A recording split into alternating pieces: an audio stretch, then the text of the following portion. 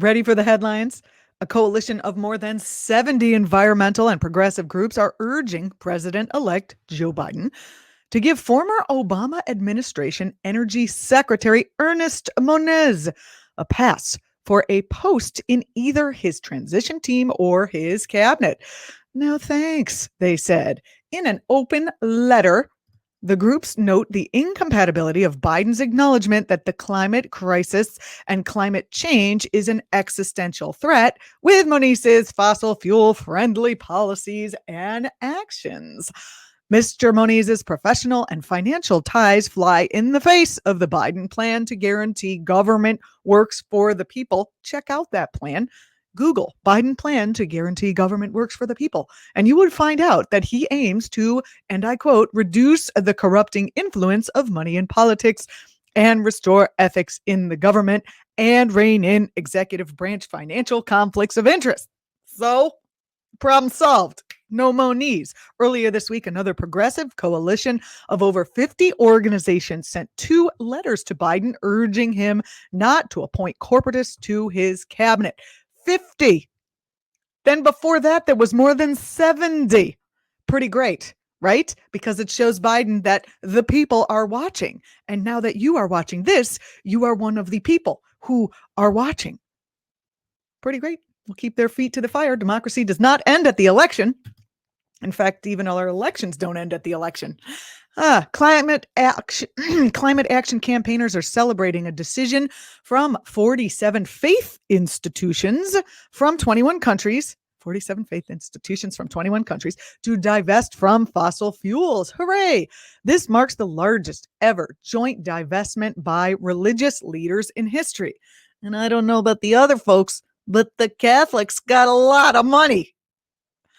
They could melt down some of those golden crowns and golden toilet seats that they have at the Vatican and maybe feed some of those hungry people that sleep on their steps. Anyway, I digress. Whatever. These institutions include the Commission of the Bishops' Conference of Eastern Union, of the European Union, Irish Religious Orders of the Sister of Our Lady Apostles, the American Jewish World Service, and the Clariton Missionaries in Sri Lanka. Bill McKibben, co-founder of 350.org, gave credit to campaigners in fossil fuel divestment movement who in recent years have pressured banks, universities, and other entities to cut financial ties with fossil fuel sector in an effort to help mitigate the planetary emergency. Sounds great. You could just do this thing where you point out, you see how the Bible says, take care of the least of them and whatever other, be a steward over the earth and not rape it and pillage it and poison it. I think that's in there somewhere. You probably know better than I do. Just show them that and then say, you could. You think you could? You think you could. Moving along. Activists and organizers on the left are arguing that the incoming Democratic administration has a progressive mandate, baby, to materially improve people's lives by enacting bold policies, such as the immediate cancellation of student debt by executive authority. What would happen if we canceled student debt? Well, people would be able to move out of their parents' basements and start a family, which is great for the economy. People would be able to move on with their lives, maybe pay for healthcare, preventative kind of things, since we don't have Medicare for all just yet. Anyway, the student debt crisis has reached $1.7 trillion and growing. This is according to the group Public Citizen, which argues that this debt will drag the economy down for years to come if loans are not forgiven. The federal government directly issues almost all student debt and has the discretion to reduce balances completely or anything short of that. Hello. Senate Minority Leader Chuck Schumer and Senator Elizabeth Warren have officially pushed student loan debt cancellation via executive authority, which some have noted pushes it into the realm of possibility. So thank you, Chuck and Elizabeth. Check out this tweet over here. Anytime anyone suggests we attempt to do anything to improve society somewhat, would it be fair to the people that the trolley has already killed now to divert it now? Exactly. There you go. Think of it like that. Enough said. 3 members of the Kings Bay Plowshare 7 Peace Group will go to prison for trespassing on a Georgia naval base to protest U.S. nuclear weapons policy. The activists have been sentenced to between 10 and 14 months in prison, plus probation and restitution payments. The weapons at the base where the activists held their peaceful protest are capable of killing millions of human beings at one go. And activists argued that they wanted to highlight what Martin Luther King Jr. called the evil triplets of militarism, racism, and materialism. Hey, you can go to Kings Bay Plowshare 7. That's the group, Kings Bay Plowshare 7, the number 7.org, to find out how you can support these activists and join the anti-nuclear weapons movement. And let's do it none too soon before Trump decides to push the button. I know he doesn't have a lot of time left, but what he is doing is trying to pull the troops. This was reported today from all these different countries with fast drawdowns, which even his own national security advisors are saying is going to be a disaster for stability in those countries. And maybe some of those countries have their finger on the button or have alliances with people who have fingers on the button. So perhaps it's a good idea to try to draw down nuclear power. I'm glad you like getting your news this way. All right, this is kind of a cool one. Check it. In Georgia, the organizers of the Senate runoff debates aren't letting the Republican incumbent David Perdue control the process like the mainstream media did for Trump. The Atlanta Press Club, the leading organizer of election debates, invited both the Democratic contender Jon Ossoff, and, he's actually the winner, but they're doing a recount, and David Perdue for a runoff debate. Ossoff accepted, but Perdue declined. I wonder why that might be. In response, the group, the Atlanta Press Club, issued a statement emphasizing the importance of these debates for the democratic process and that they will proceed with the debate with Senator Perdue represented by an empty podium.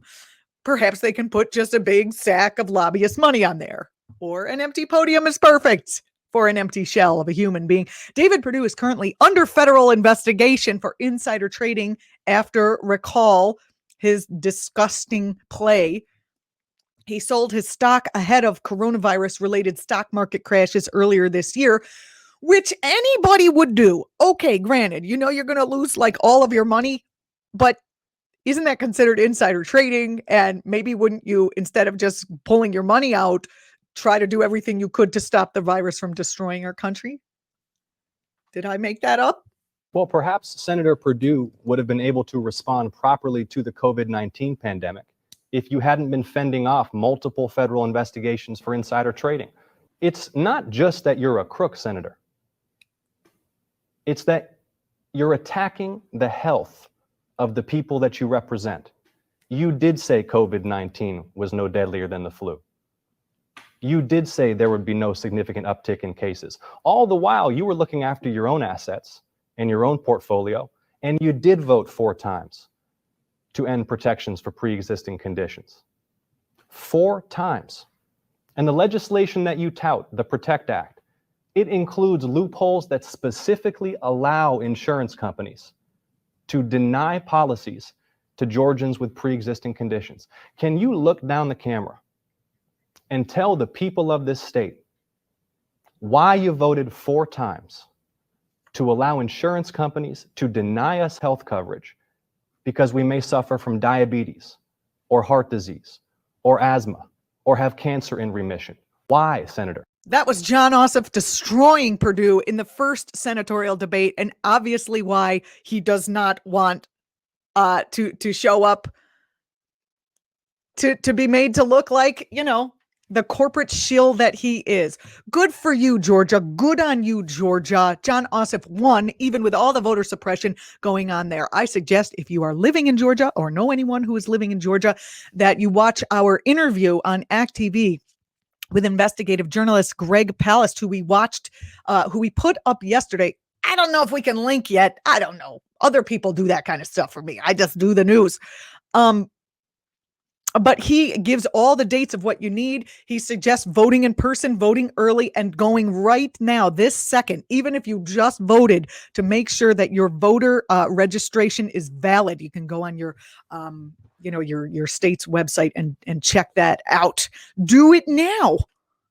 Like right now. Okay, final story. Oh, this is David Perdue, by the way. David Perdue, up $14.1 million in stock trades, more than any other senator, and won't let you get treatment for COVID because he's cool with you dying. I don't even understand why people who are anti-maskers or really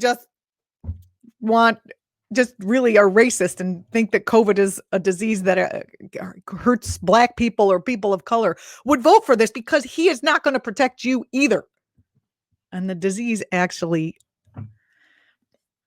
is coming for you now that Trump breathed all over you. Okay. In our final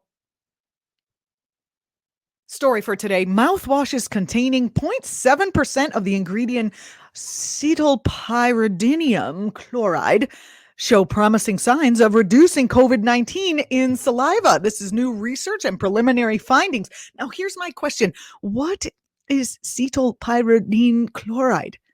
Please don't tell me that it's bleach. You're watching ActTV. I'm Julianna Forlano. Follow us on the Twitters. Follow us on the YouTubes. Hit the thumbs up button here. That helps us. And also the bell if you like getting these reports. If you like getting alerted to these reports. We'll be back tomorrow. We have good guests coming on, so stay with us. I'm Julianna Forlano, just like it says in this tiny box right here. You can follow me on Twitter. That's where you find me. Thanks so much. We'll see you then.